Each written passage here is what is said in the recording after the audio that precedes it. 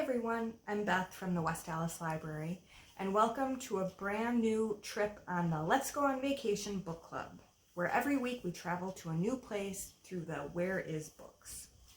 So if you've missed any of our trips, you can always go back to our Facebook playlist and find any of our old trips. We've been to Walt Disney World, we've been to the Grand Canyon, and last week we went to the Bermuda Triangle. This week, our trip, we're going all the way to Europe. We're taking a trip to Paris to learn where is the Eiffel Tower. This book is by Dina Anastasio, and we are reading it with permission from Scholastic. Where is the Eiffel Tower?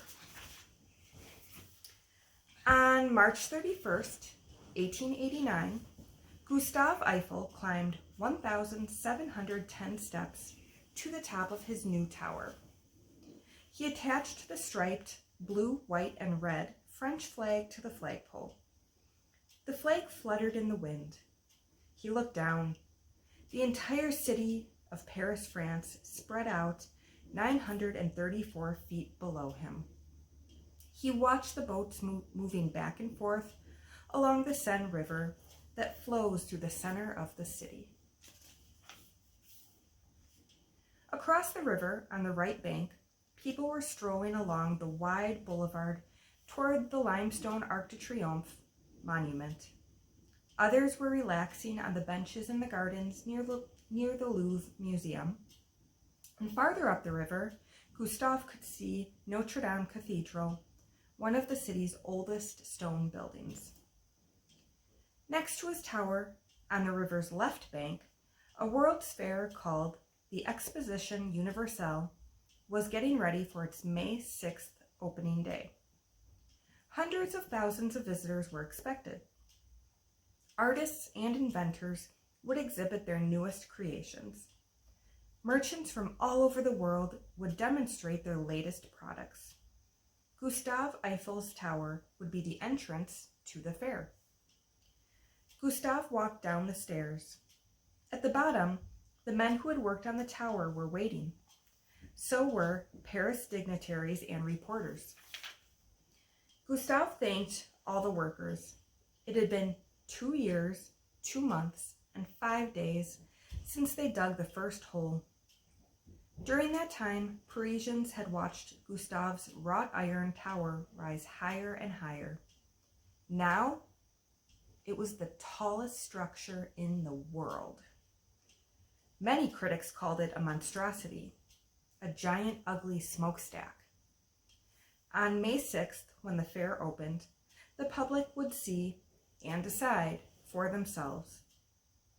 It is doubtful that very many people at that time expected the Eiffel Tower to become one of the most famous landmarks anywhere on Earth. Chapter 1, Opening Day. The fair opened on a beautiful, cool spring day. An enormous crowd of people from France and other parts of the world waited.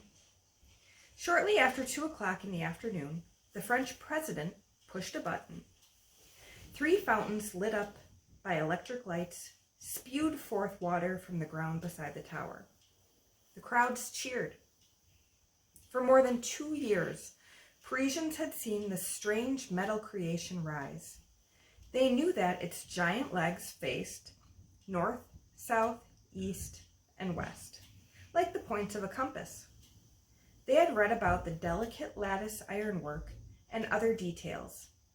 They had heard about the 4 restaurants that would serve wonderful food and the observation deck at the very top. Today was the day. Finally, they would be able to examine the whole tower, not only from the outside, but the inside too. They could ride the elevators all the way to the top.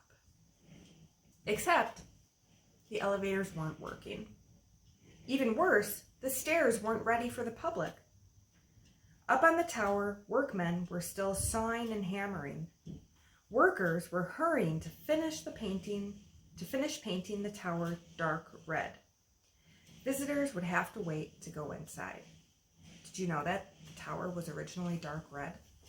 I didn't. The crowd was disappointed. They had been reading about the tower in the newspapers. Many reporters despised it. Others praised it. A few admitted they had no idea what this iron thing was supposed to be.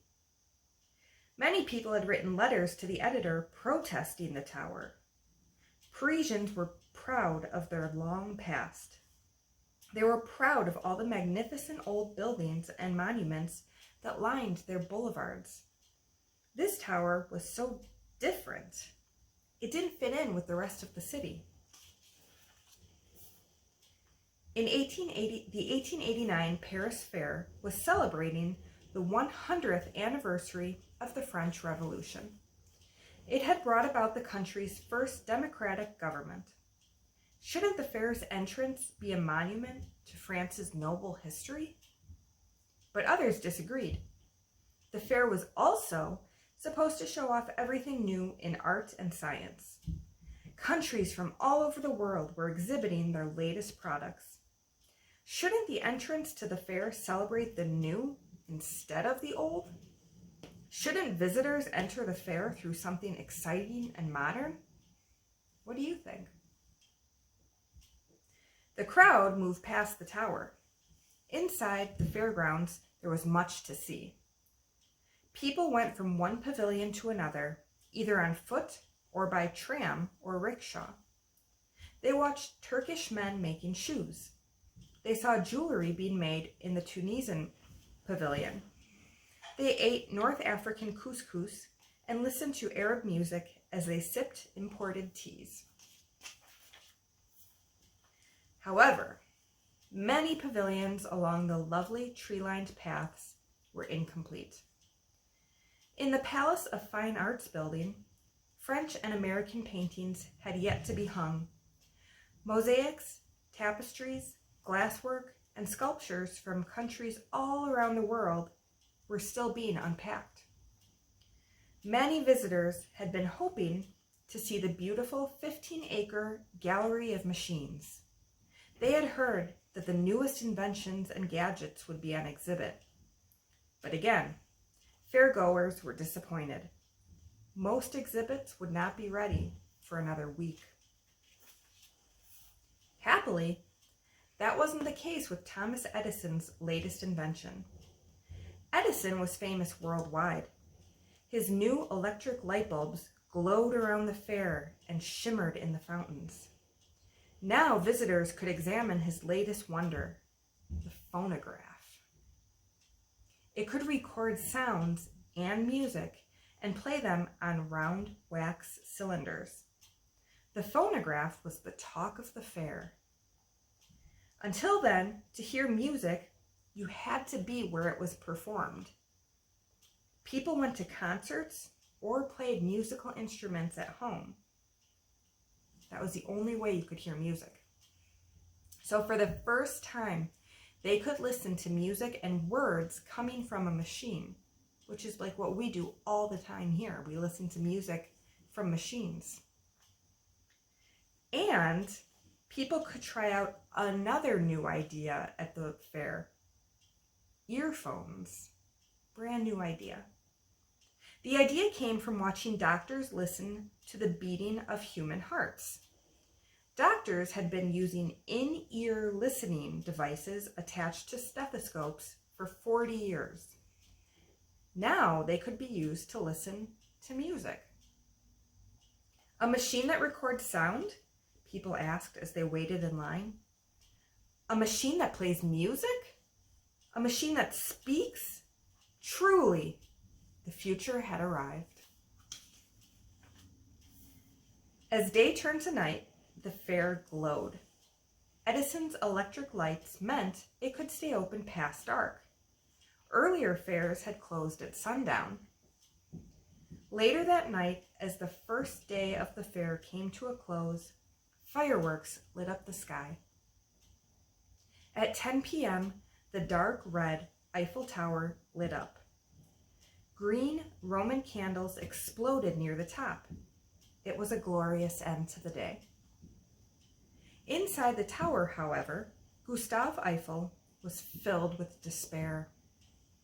He was 56 years old. To many who knew him, it seems that he had been preparing for this moment most of his life. He had tried his best to have the tower ready before the fair opened, but he had failed. Visitors would have to wait 9 more days to explore it. Okay, that is where we will stop for today, but come back tomorrow night at 7 o'clock for the second episode of Let's Go on Vacation Book Club, where we travel to the Eiffel Tower. Bye.